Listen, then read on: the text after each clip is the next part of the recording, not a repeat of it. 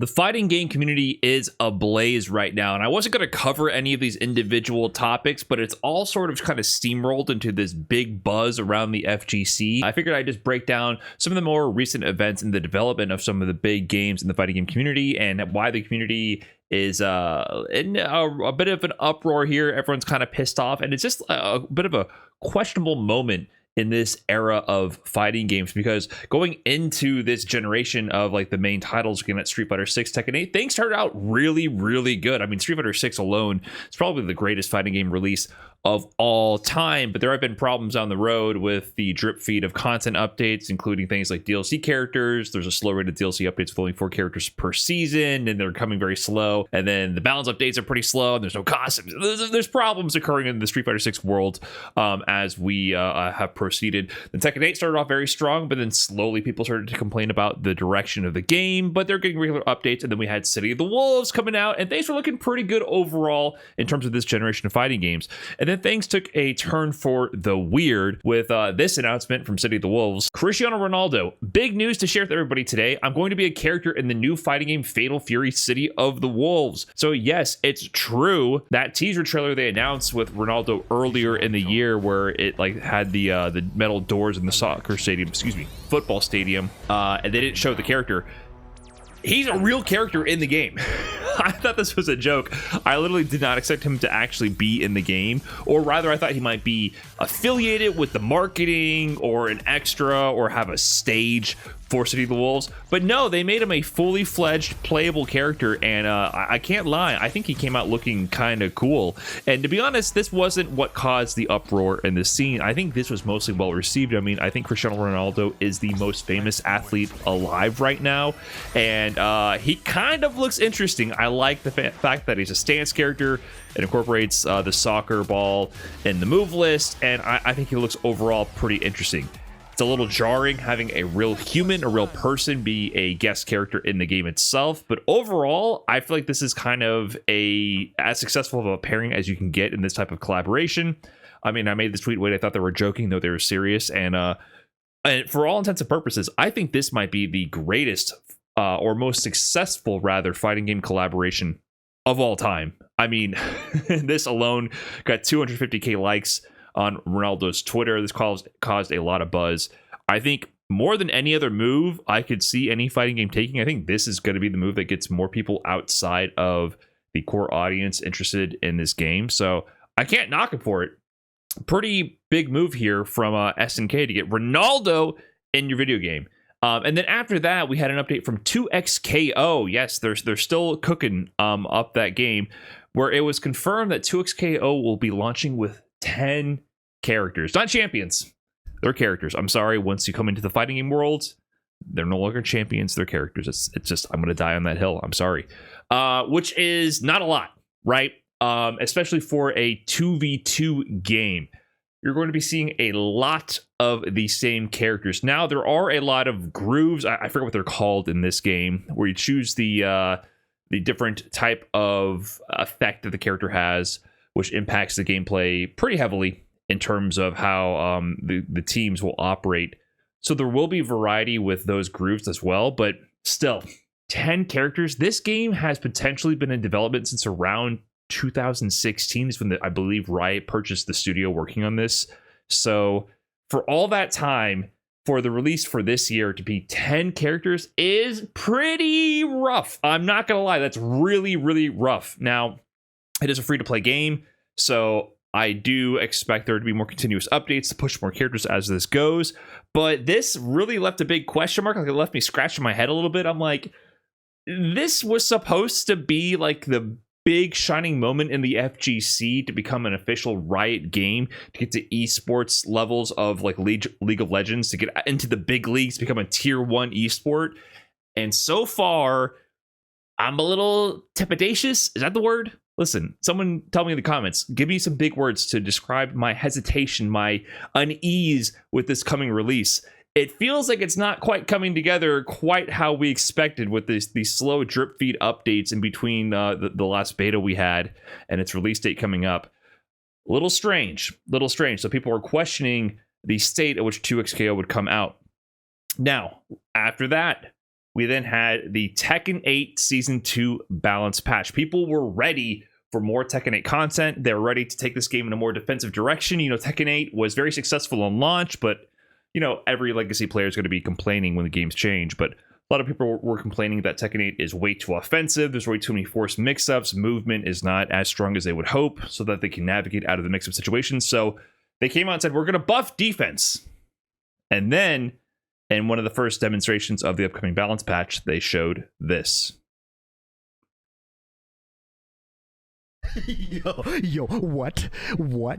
They just put chip damage on a broken throw. They just put chip damage on a broken throw. I don't care how little damage it does. I don't care how little damage that is. You've got to be shitting in my mouth. Are you kidding me? Are you kidding?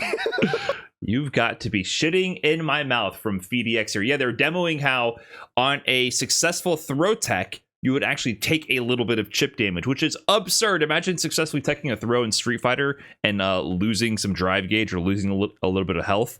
So much for buffing defense, right? And Tekken throws is a skill in Tekken. They're reactable, right? So the awareness that you build and understanding which throw tech to do, it's a legacy skill essentially. So to be punished for teching a throw was antithetical to the core beliefs of many longtime Tekken fans. And you know what? They listened. This was before the patch actually went out. Their big W here. Listen to the community feedback and reverse the throw chip damage. So they actually went and said, hey, you know what, you guys, we heard you. We're going to not go in this direction. We're going to revert that change and not have chip damage on the throws. And then the actual Season 2 balance patch came out. And while they promised buffing defense, they did buff sidestep a little bit to enhance its movement to evade certain moves. We ended up with gameplay like this. All right, well, I still got promotion. I'm getting like a half a rank. Bro, what is this?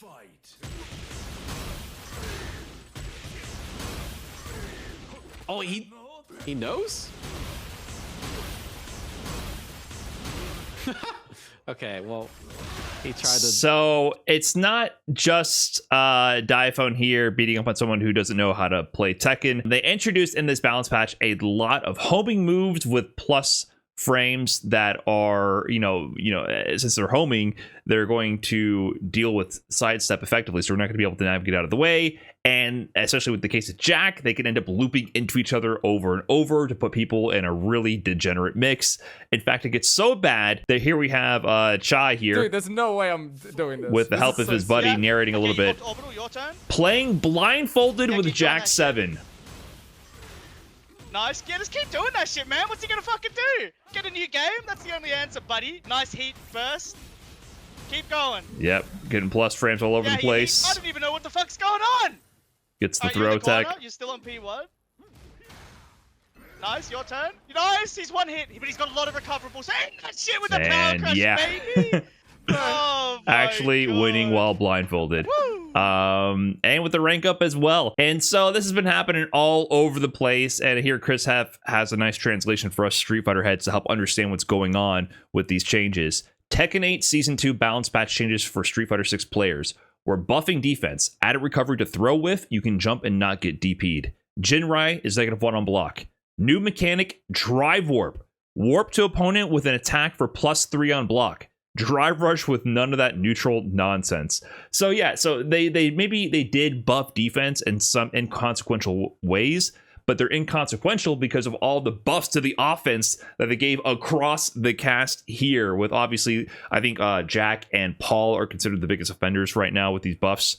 But yeah, it just showed that the changes were antithetical to the hopes of what the players wanted, and also not what the devs promised, because a lot of the communication leading up to this was in the vein of, we hear you about offense being too strong, we're trying to buff defense a little bit, and they delivered the exact opposite to the players. And I'm telling you, this has been causing a big stink. The Tekken community has been pissed. I have never seen this amount of negativity in reaction to a balance patch or update to a fighting game ever. I've been playing fighting games for 10 plus years now. I've never seen this much negativity. I mean, people are always negative, right? Any balance patch, any update, any new iteration, there's going to be some people pissed. I've never seen this much consensus around the negativity for a balance update ever. And in fact, it broke containment. It started getting out into more like mainstream gaming and social media news sources. Here's Dexerto. Tekken 8 Season 2 update has some pro players and streamers threatening to quit the game unless it gets reverted or hotfixed. Steam reviews have plummeted, with recent reviews being mostly negative. Look at the reviews. These are the most recent reviews.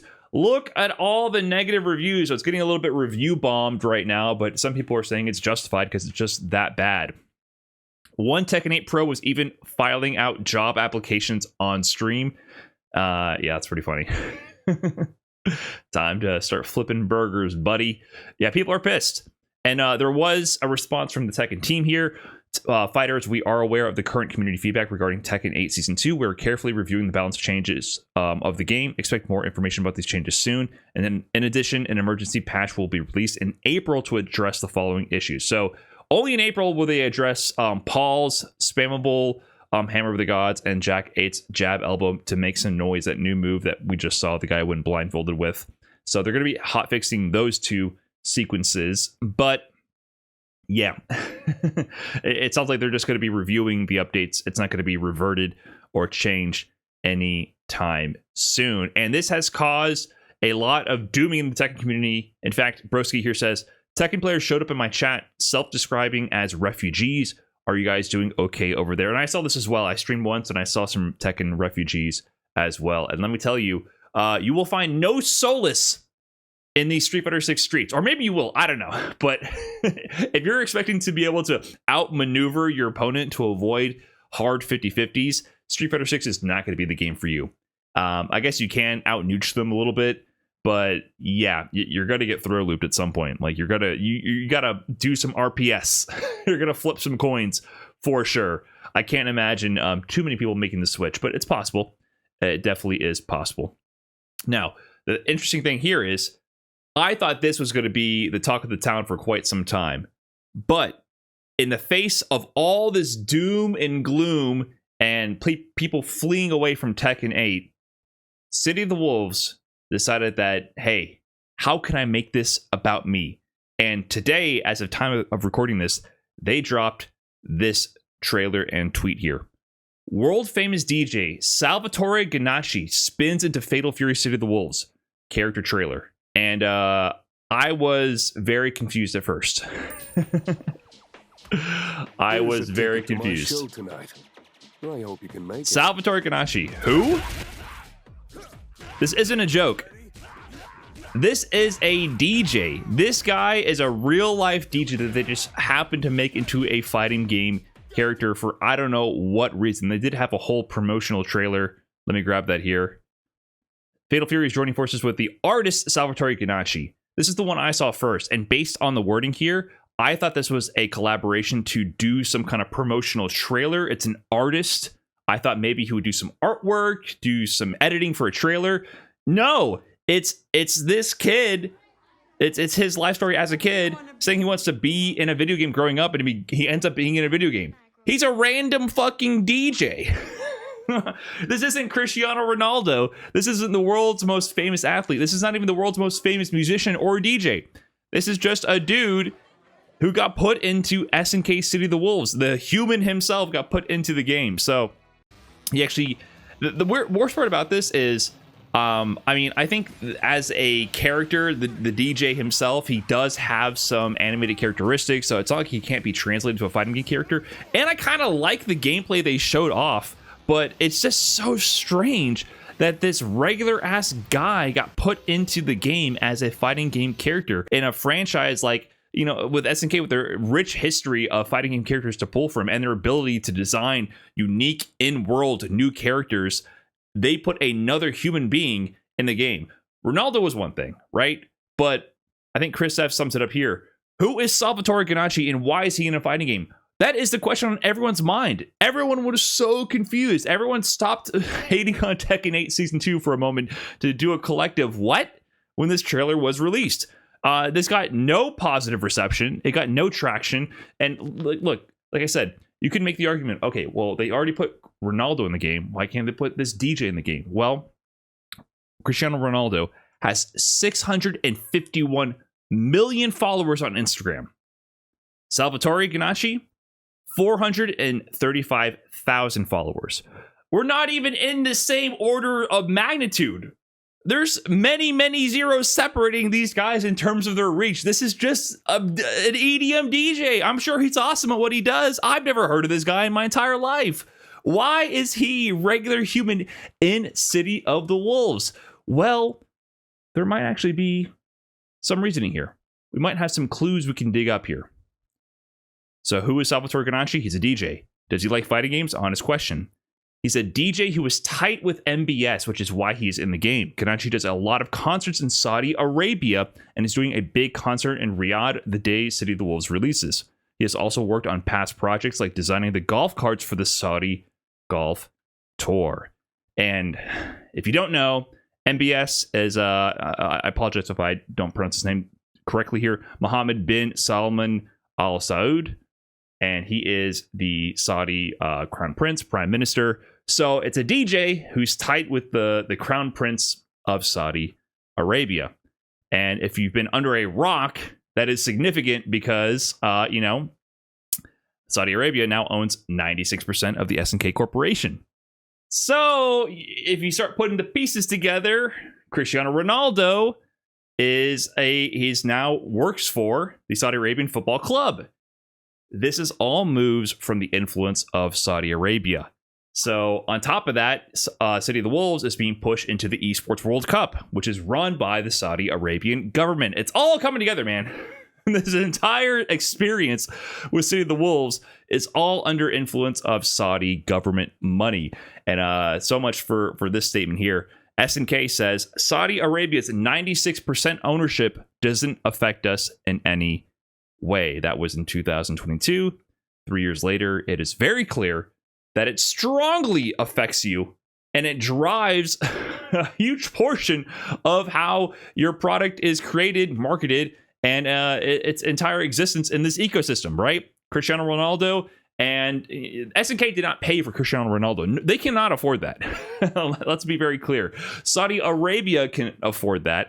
And I guess Salvatore, he's just, MBS is just tight with that dude and just wanted him in the game. I don't know. Very strange things going on, but it's not done necessarily to make the game the best possible game for the fans and for the community at large. That is not the focus. That is not the reason why these moves are being made. I think Ronaldo makes sense for the world at large, but I think with Salvatore, it's become clear that this is not a priority. Appealing to the fans and the audiences is not a priority for this anymore. It's just whatever influence Saudi Arabia throws their way. They are abiding by those wishes. In the meantime, I haven't forgotten about you, Street Fighter 6. You are not innocent in this whole situation here. So with all these weird happenings with all these other major fighting game franchises, Street Fighter 6 announced Street Fighter 6 Years 1 through 2 edition to coincide with the release of the Switch 2, which will bundle together all the DLC so far, plus a few Switch-specific modes for the Switch release, and all the costumes and colors as well. And but that's it. That is it. No balance patch update. Elena, no gameplay trailer. And in 1 month, we're about to have the first event for the upcoming 2025 CPT Tour, EVO Japan. In 1 month. And we have no balance update at all. We might be going into the next CPT season playing the last season's balance patch, which is bizarre. Radio silence on that front from Capcom. Very strange. In the past, to be clear with the timeline, we used to have Capcom Cup finals, and sometimes that night, the next season balance patch with all the patch notes would release. Literally, I remember in 2018 Capcom Cup, during the grand finals, they accidentally put the balance patch live during grand finals, and people were on their phones looking at Kage, who got released as a DLC character, plus the balance patch right then during Capcom Cup finals. But it was always finish the CPT season, finish Capcom Cup, and immediately put out the balance patch. Have 2 months to 2 to 4 months of off season for the competitors to get used to the new meta, and then start the competitive season from there on out. What is going on? The schedule is totally borked. It's been like this for quite some time, but it's really coming to a head now that this lack of content updates is going to really start to clash with the schedule of the competitive season. So Street Fighter 6 is doing the best possible right now by just laying low while everyone else is taking the heat. But they're still dropping the ball in a major way here. I think the game is still great, don't get me wrong, but it just feels like they're not delivering on the live service part of the product, and we're not getting the game updated. And, you know, some people are getting frustrated with the meta. We still have a really throw loop heavy game. There's still some I definitely have some problems with the gameplay itself. I think it's a great game, but I would like Elena to come out. I would like to have some announcement for future DLC. I would like to see some changes to keep the meta fresh, but I don't know what's going on. I mean, the big assumption here is that Monster Hunter is where a lot of the resources from the development teams were moved over to. Full steam ahead on that IP, which does make the most money for Capcom. So that could be a big part of it, but other than that, it's all speculation. We don't know. And that's when I had this tweet here. SNK taking the heat off of the Tekken 8 Season 2 balance patch uproar, while Street Fighter 6 is just going into the next CPT season quietly without a Season 3 update. Weird time for fighting game fans. Yeah, it's weird. Anyways, hopefully things look up for the genre as a whole coming up. We started off this generation with a lot of high hopes, and it hasn't delivered as much as I would have expected 2 years ago. We'll see where it goes from here. Hopefully up. Thanks for watching. Peace.